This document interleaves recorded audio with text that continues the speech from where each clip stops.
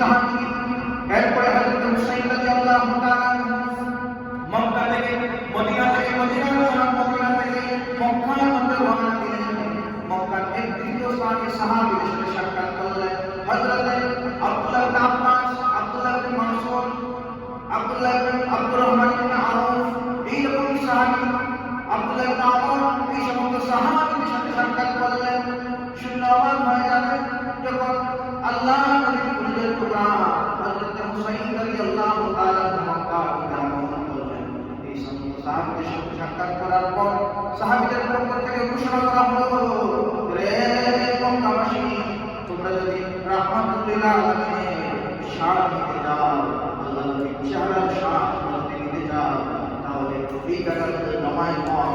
কেন হযরত হুসাইন রাদিয়াল্লাহু তাআলা চেহারার মধ্যে আল্লাহ নবীর একটা শান, হুসাইনের চেহারার মধ্যে জাহান্নামের মেন ছিল। সুবহানাল্লাহ।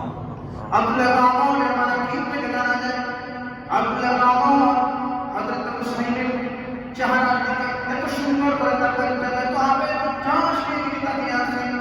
হযরত হুসাইন লক্ষ্য করলেন আব্দুল্লাহ আমর আল্লাহ নবীর পরিচয় টুকরার সাথে কেমন করে তাকাচ্ছেন। তিনি কৌতূহল শুধু জিজ্ঞাসা করলেন, ও আল্লাহ নবীর সাহাবী, তুমি আমার দিকে তো গভীর করে কেন তাকাও?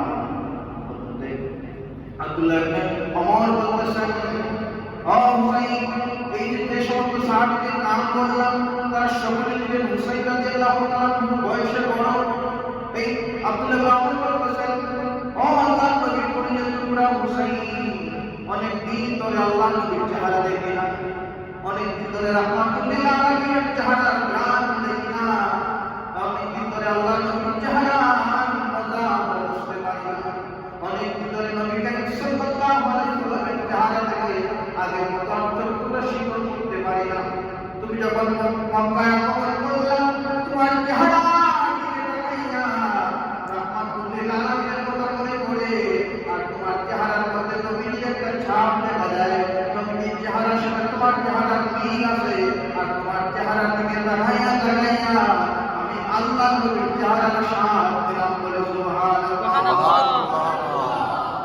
আল্লাহ নবীর সাহাবারা হযরত হুসাইন রাদিয়াল্লাহু তাআলা থেকে একটা উচ্চ আসনে বসাইলেন, বললেন, ও আল্লাহ নবীর পরিচয় টুকরা, উচ্চ আসনে বসা আমাদেরকে একটু বিস্তার করো, আমাদেরকে একটু বক্তব্য দাও।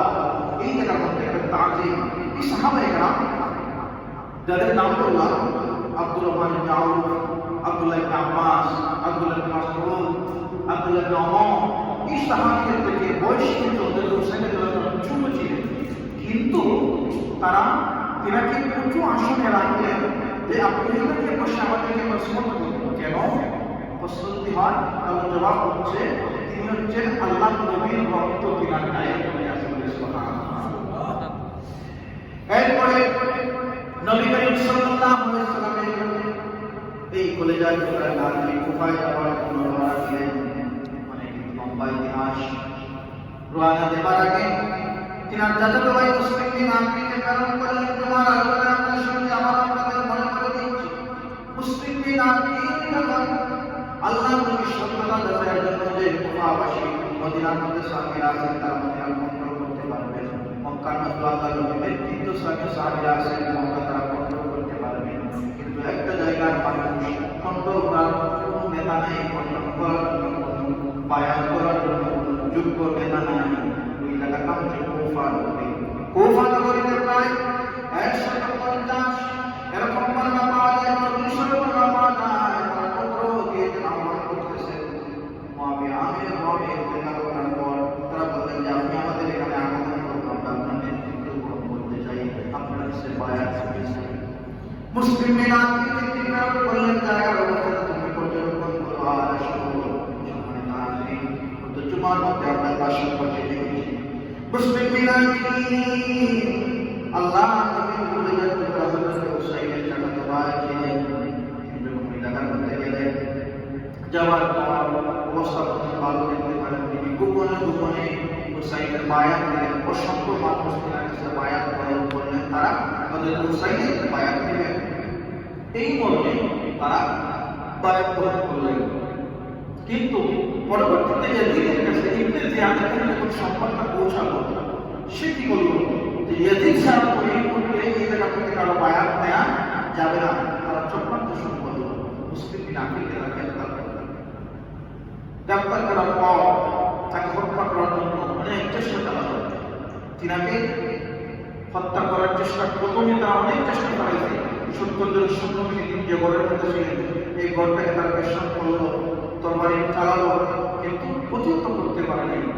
এরপরে তার ঘরটাকে ঘুরিয়ে দিল, ঘুরিয়ে দিয়ে তাকে বন্দী করলো, বললো যে আমরা তোমাকে হত্যা করবো না, তুমি যে বাইরে চলো তোমাকে আমরা আমাদের নেতার কাছে নিয়ে যাই। তারা মিথ্যা একটা আশ্বাস দিয়ে মুসলিম বিন আকিলকে নিয়ে গেল তাদের নেতার কাছে। ওই জায়গার মধ্যে যাওয়ার পর বিভিন্নভাবে তাকে গণ্য দেখাচ্ছে, তুমি আমাদের নেতার কাছে ইবনে জিয়াদের কাছে বায়াত গ্রহণ করো, বায়াত না। কিন্তু মুসলিম বিন আকিল তিনি বায়াত নিলেন না। শেষ পর্যন্ত তিনাকে এমন নির্মমভাবে তারা হত্যা করেছে, একটা স্বাধীন করে ধরে তিনার দেহ থেকে মাথাটা আলাদা আলাদা জমিন করতে পেরেছে। নাউযুবিল্লাহ। কারবালার ইতিহাস বড় নির্মম একটা ইতিহাস। কারবালার কথা যদি কেউ মন থেকে আলোচনা করে আসলে বোঝা যাবে তার ঈমান কত দামি, অমূল্য রত্নরূপে হইতে জানে। ওরে ধনী মাই পায় না জানে, পাইলে আসে কানে,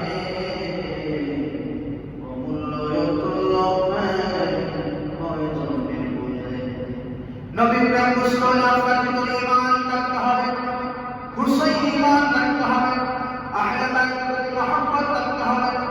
আহলে বাইতের মহব্বত তাদের মধ্যে আছে, তারা যখন কারবালার ইতিহাস পড়ে তাদের চক্ষুটাকে তন্ন করে পানি পড়তে থাকে। হযরত হুসাইনের বার্তা পেল মুসলিম বিন আকিলের সাথে তারা দুর্গাবাজি করেছে। তারা কি মুসলমান, তারা কি ছিল? মুসলমান ছিল। তারা কিন্তু ইহুদি ছিল না, কাফির ছিল না। তারা মুসলমান হয়ে মুসলমানের সাথে যে কাজটা করেছে সেটা কোরআনের ভাষায় বলা হয় নেফাকি, মুনাফিকি। আমার সাথে বলেন কি বলা হয়?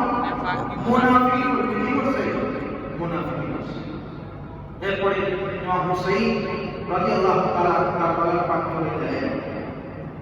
যে মূল পয়েন্টগুলো আমি আলোচনা করতে চাই, কারবালার প্রান্তরে যাবার পর ইমাম হুসাইন যখন ফোরাতের দিকে তিনার কাকু বেষ্টন করলেন, তাদের সাথে কথা বলছেন, তাদের সাথে কথা বলার চেষ্টা করছেন এবং বোঝাইতে চাইছেন যে আমি কেন আসছি, আমার উদ্দেশ্য কি। যাদের সাথে কথা বলছেন ইয়াজিদ, শিমান বলেন, ইবনে জিয়াদ বলেন, এই সমস্ত মানুষগুলো কিন্তু কালেমা পড়ছে, এই সমস্ত মানুষগুলো কিন্তু নামাজ পড়ত, এই সমস্ত মানুষ রোজা রাখত, এই সমস্ত মানুষ সময় মতো যাকাত আদায় করত। কিন্তু ইমাম হুসাইনের সাথে তারা এত নির্মম বিশ্বাসঘাতকতা করেছে, মুনাফিকি করেছে। কেমন মুনাফিকি করেছে? কারবালার প্রান্তরে ইমাম হুসাইনকে যখন কতল করার চূড়ান্ত মুহূর্ত, সমস্ত সঙ্গী সাথীদেরকে কতল করে দেওয়া হলো। দুধের শিশা নিয়ে 6 মাস বয়স, পানির পিপাসায় জীবাণু শুকিয়ে গেছে। ওই সময়টা তাকে পানি দেওয়া হয় না, ধীরে ধীরে দ্বিতীয় জমিতে ইন্তেকাল করেছে। এত প্রাক্রান্ত মন, 3 দিনের উপবাস, পানি না।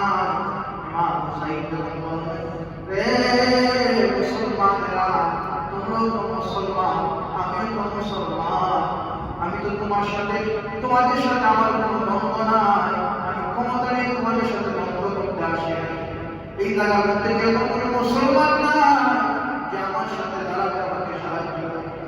এই জায়গার মধ্যে কেউ কোনো মুসলমান নাই, এমন কোনো সৈন্য নাই যারা আমার সাথে দাঁড়াবে। একটা বলের মধ্যে কি সামনে যারা ছিল তারা মুসলমান ছিল না কাফের ছিল? মুসলমান। দূরে বলে মুসলমান, আরো দূরে বলে মুসলমান। মুসলমান ছিল। কিন্তু ইমাম হুসাইন এরপর বললেন, আমার সামনে যেমন মুসলমান নাই